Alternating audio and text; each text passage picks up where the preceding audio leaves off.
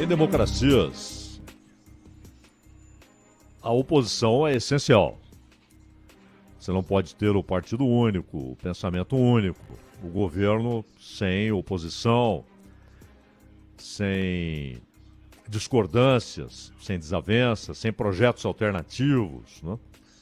Na Inglaterra, quando a Inglaterra tinha seus melhores momentos de democracia e liberalismo político, consolidou-se ali a ideia de que a oposição deveria ter um gabinete paralelo.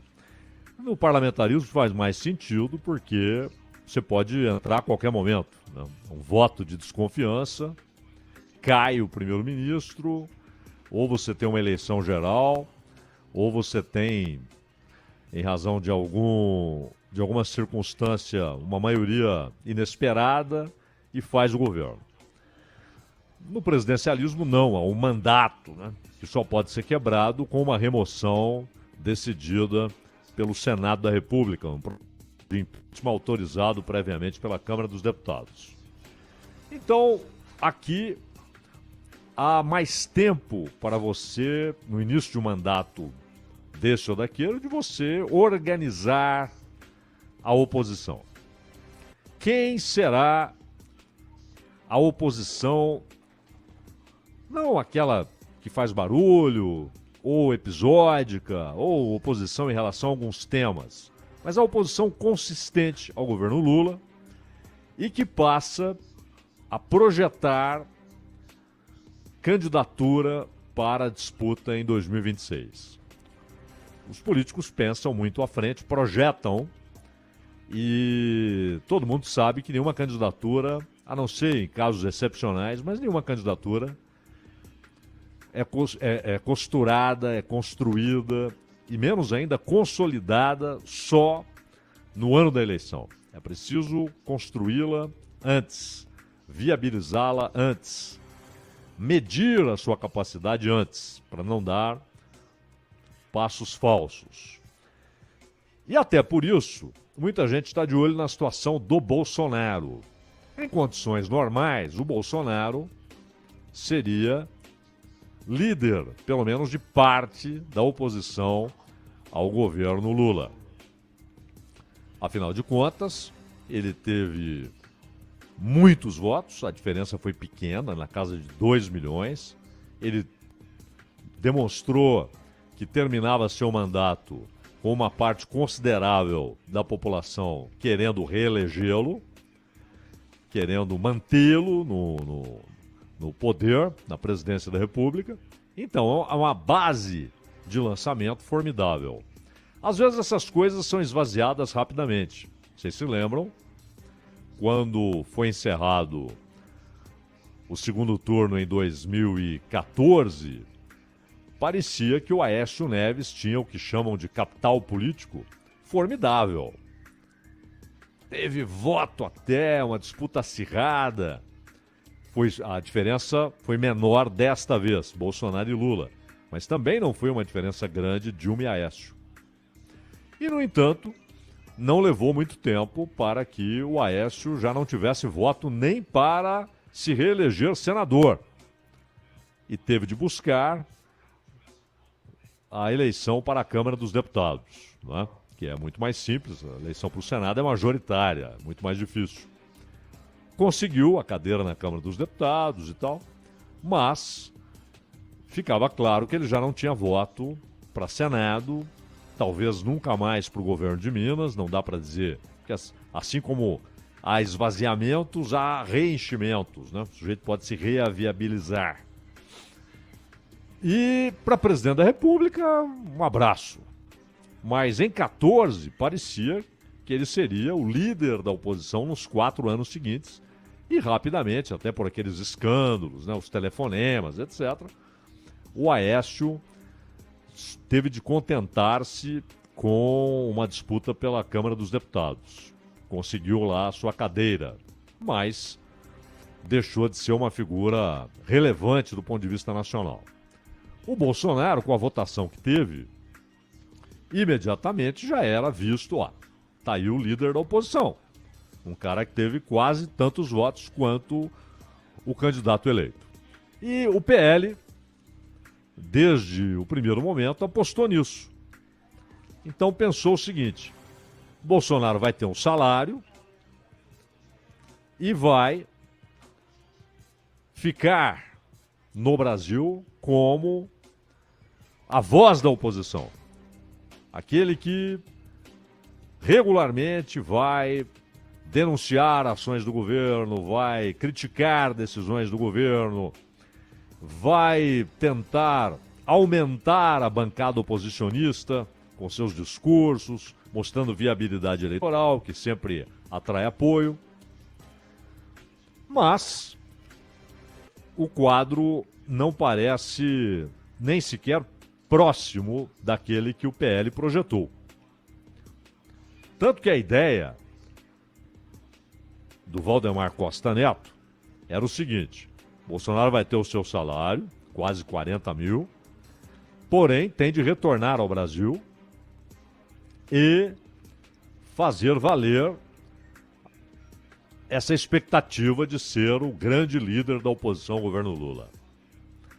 Porém, hoje, dentro do PL, cresce a ideia de que é melhor não voltar, de que é melhor permanecer nos Estados Unidos, talvez depois dê um pulinho na Itália, e já falaram até em possibilidade de ir para o Catar ou para os Emirados Árabes, enfim, porque cresce no Brasil o movimento para tornar o Bolsonaro inelegível.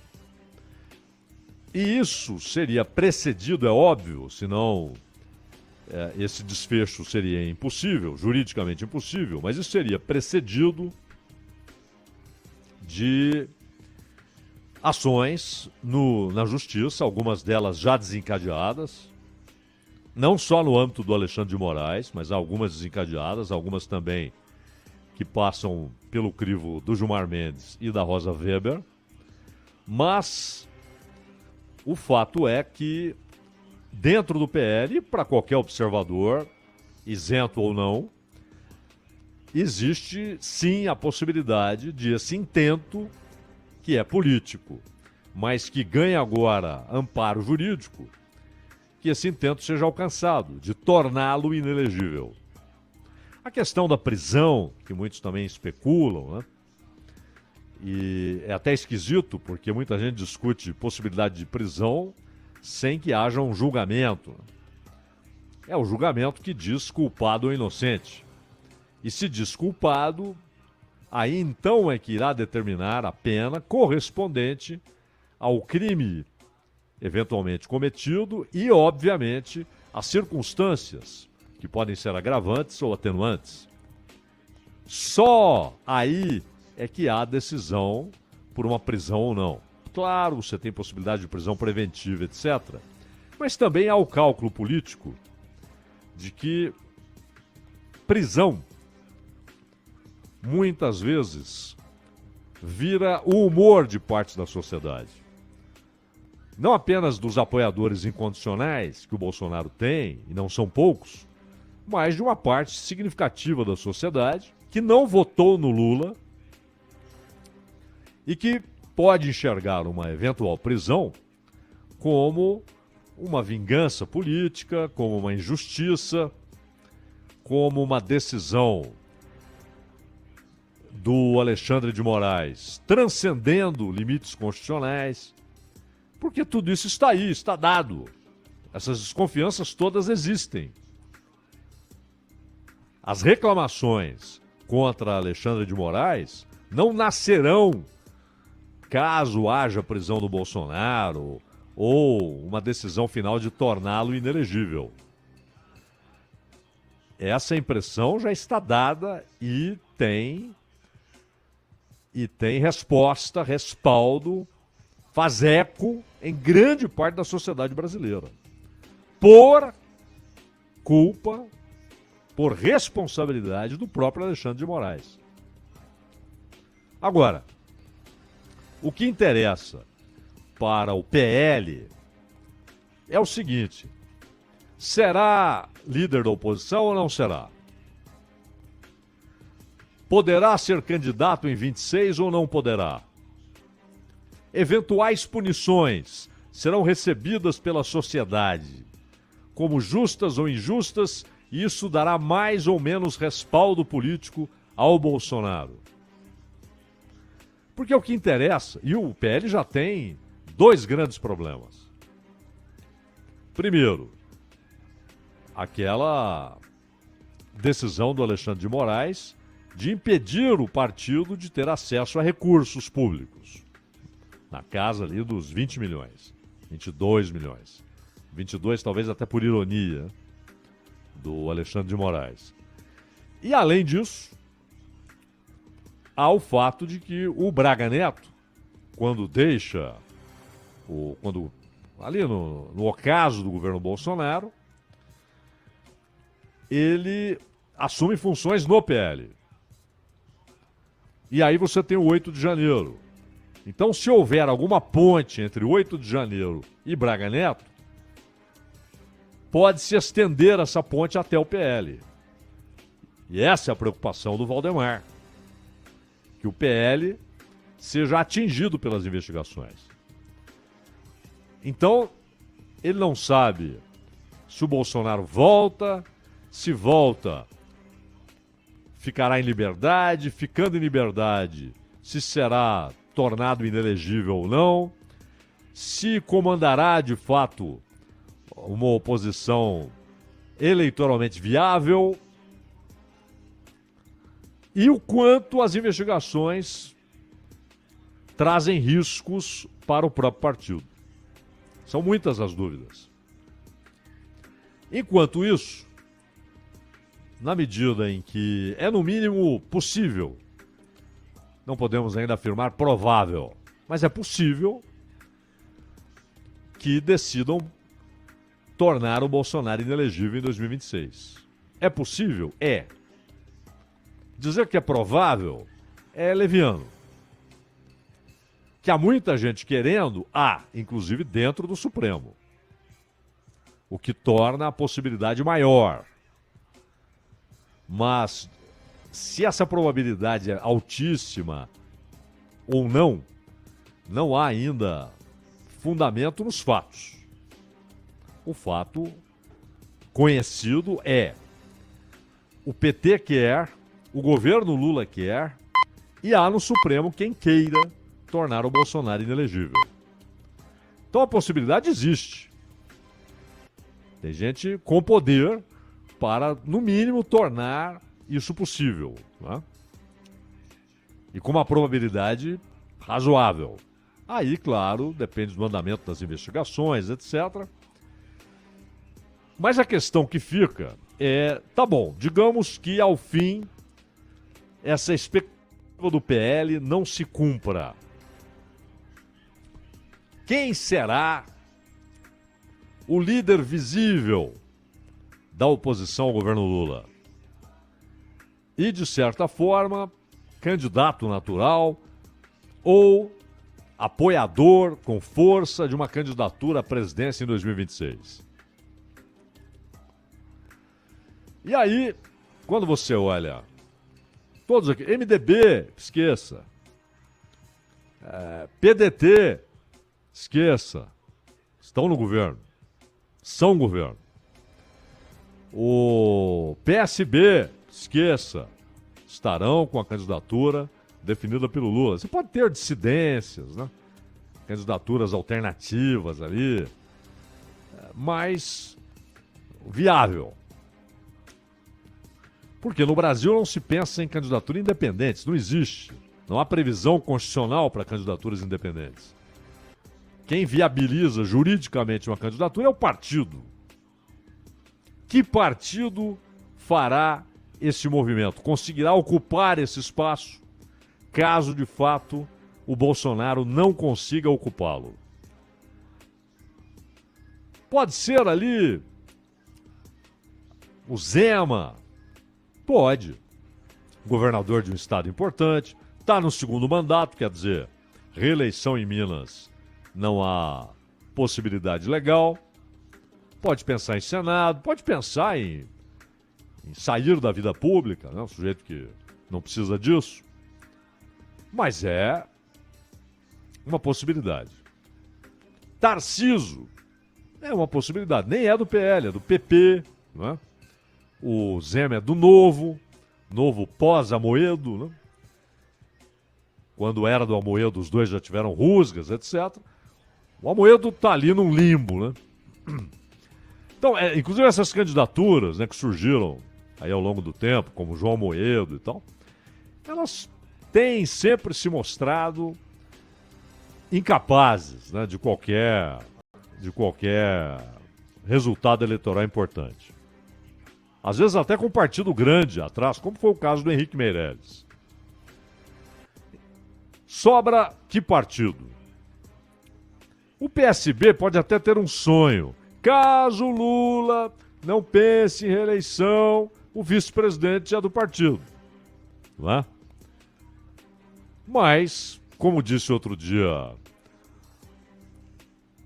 alguém muito próximo do Lula, que é o Rui Costa, falou, olha, não descartem uma decisão do Lula de ser candidato à reeleição. Não é? Então não dá para pensar ali em muitas alternativas dentro da situação. E a oposição? E dos partidos citados, resta o PSDB. Daqueles que têm estrutura nacional e tal. Estou falando de pequenos partidos, né? PSDB. E agora, a presidência do PSDB será transferida do Bruno Araújo para Eduardo Leite, governador do Rio Grande do Sul. Tecnicamente, aliás, até a dúvida é reeleição, não é reeleição, porque ele saiu do governo do estado. Desincompatibilizou-se porque sonhava ser candidato à presidência. Não aconteceu. Mas também essa pretensão do Eduardo Leite ajudou a enterrar a candidatura do Dória. Mas aí, quando se viu sem alternativas, o Eduardo Leite falou, não, eu quero mesmo é o governo do estado. Ele que havia dito que era contra a reeleição. Reeleição que, repito, tecnicamente é discutível, né? Já que ele não era o governador quando houve a eleição. Fato é, ele foi eleito em 18, ele foi reeleito em 22. Aí, desse ponto de vista, é uma reeleição. E agora vai presidir o partido. Isso é sempre complicado, né? O sujeito tem um cargo executivo exigente, um cargo que exige todo o tempo possível, toda a dedicação possível e a presidência de um partido. O Alckmin fez isso quando foi candidato à presidência, mas ele havia, pouco depois, ele saiu do governo do estado para ser candidato à presidência. Dedicou-se então só à presidência do partido, teve aquele resultado ridículo. O João Dória, ele fez movimentos parecidos quando colocou o Bruno Araújo e imaginou uma lealdade a toda prova, até que houve rompimento, choque de interesses, divergências consideráveis e muita gente dentro do partido puxando a direção nacional para uma condição de oposição ao Dória. Então é complicado você ser governador de um estado, como o Eduardo Leite, e presidir um partido. Mas é o que ele vai fazer, porque ele quer o controle do partido para já construir a ideia de uma candidatura à presidência. Aliás, vai ser interessante se lá na frente também não der certo, e se ele falar, não, eu vou me candidatar à reeleição no Rio Grande do Sul. Mas não pode, você já se reelegeu. Não, tecnicamente não. Não é? E Eduardo Leite. E aí, qual é a ideia dos caras? A ideia é apresentar ao público o novo PSDB. Essa é a ideia.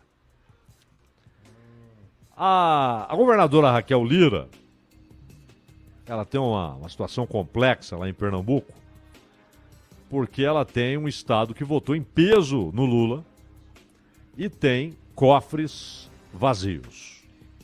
Quem mais? O Dória voltaria? Difícil. Pela primeira vez, São Paulo não está nas mãos dos tucanos. Então, aquela candidatura que se vê como natural em São Paulo não existe. O Alckmin, o que restou da velha guarda com viabilidade eleitoral, não é mais do partido. Está no PSB, rompeu com o partido, foi traído. O Eduardo Leite olha e fala, é comigo mesmo. Mas aí vem esse troço. Qual o caminho? Vamos apresentar ao público o novo PSDB. Nada de plano real, feitos de Fernando Henrique, o combate à inflação. Isso foi falado, principalmente pelo Aécio, né? O Fernando Henrique ficou até magoado porque ele acha que em 2006 o Alckmin e em 2010 o Serra, que nenhum deles fez uma defesa do governo Fernando Henrique. E que o Aécio fez. O Fernando Henrique nunca se esqueceu disso. Tanto que durante todo esse processo, mesmo nos momentos mais difíceis do Aécio, o Fernando Henrique deu ali um amparo, um apoio, protegeu um pouco o Aécio de ataques dentro do tucanato, inclusive do Dória, que queria, junto com o Bruno Covas, expulsar o Aécio Neves do partido. No fim, quem saiu do partido foi o João Dória, né? Mas a ideia é não repetir esse discurso. Conseguimos o controle da inflação, o plano real, finalmente um plano que deu certo. E foi na gestão tucana, embora desencadeado por Itamar Franco, é sempre bom lembrar, e não por Fernando Henrique Cardoso, que só era ministro da Economia exatamente para ter visibilidade e ser candidato à presidência. Correto? Agora, isso aí que eles querem fazer, olha o novo PSDB, são jovens que estão à frente do partido, pelo amor de Deus. Primeiro que há a ideia barata de que juventude signifique valor, que juventude traga inerente à sua condição a virtude, a qualidade. A juventude não é necessariamente portadora de virtude. Então não deve ser apresentado como qualidade, mas como uma característica. Ó, nesse momento, o partido tem lideranças jovens. O que não quer dizer, do ponto de vista qualitativo, em si, não quer dizer coisa alguma. Não é nenhuma garantia de virtude. E outra coisa, o João Dória já fez isso. O Eduardo Leite, o João Dória fez isso. Ele falou em novo PSDB. Ele fez até um movimento indelicado, digamos, em direção aos formadores históricos do partido, aos fundadores do PSDB. Talvez até pelos ressentimentos que guardou, pela resistência que sua candidatura à Prefeitura de São Paulo teve dentro do partido. Mas a ideia era, esqueçam Fernando Henrique, José Serra. Esqueçam Goldman, Aníbal. O negócio agora é o novo PSDB. Né? E por fim ele acabou dizendo, sem falar, mas acabou dizendo, esqueçam Alckmin também. Não é verdade? Isso que fez o Dória. Então o Dória já fez isso, Eduardo Leite. Ele já falou em novo PSDB, partido rejuvenescido, com novas ideias. Só que vocês precisam dizer o que vocês pensam das coisas. Por exemplo, a sociedade brasileira não quer saber se vocês são jovens ou velhos.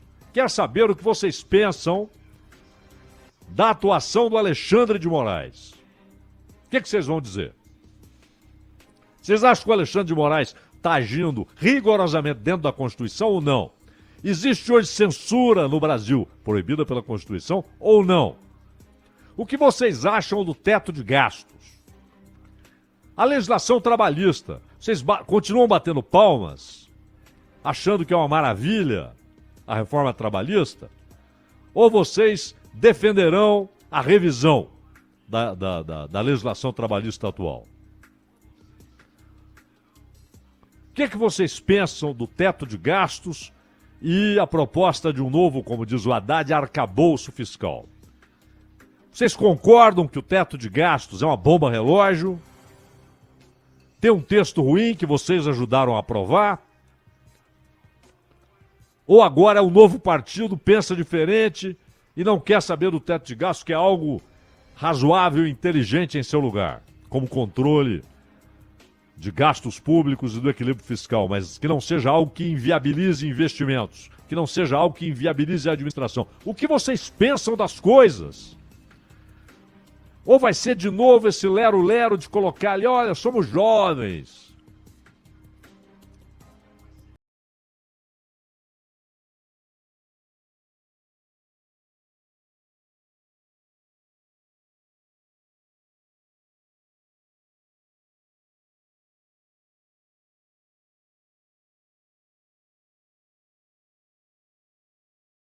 Porque ninguém vai ganhar parte significativa da sociedade se não disser o que pensa a respeito dessas coisas. O que pensa o PSDB, repito, sobre a atuação do Alexandre de Moraes? Digam, é ótima, é perfeita, é inteiramente constitucional, ou digam, não, está contrariando a Constituição, estabeleceu um sistema de censura, tem um poder excessivo. Digam uma coisa ou outra, mas digam. A reforma trabalhista, digam, é ótima, foi maravilhosa, os resultados estão aí. Ou digam, é uma porcaria que tem de ser refeita. Digam alguma coisa. Imaginar que sair dizendo, agora nós somos jovens, que isso vai ganhar voto, vai ganhar a sociedade brasileira, que tem problemas gigantescos, não está preocupada com a idade de quem comanda partido político. Isso aí é coisinha de marketing, sabe? É venda de sabonete, nova embalagem, mas o que vocês estão propondo para o Brasil? Então, o PSDB também parece ter problemas para ocupar esse vácuo que não está dado, mas que se anuncia. Ronald.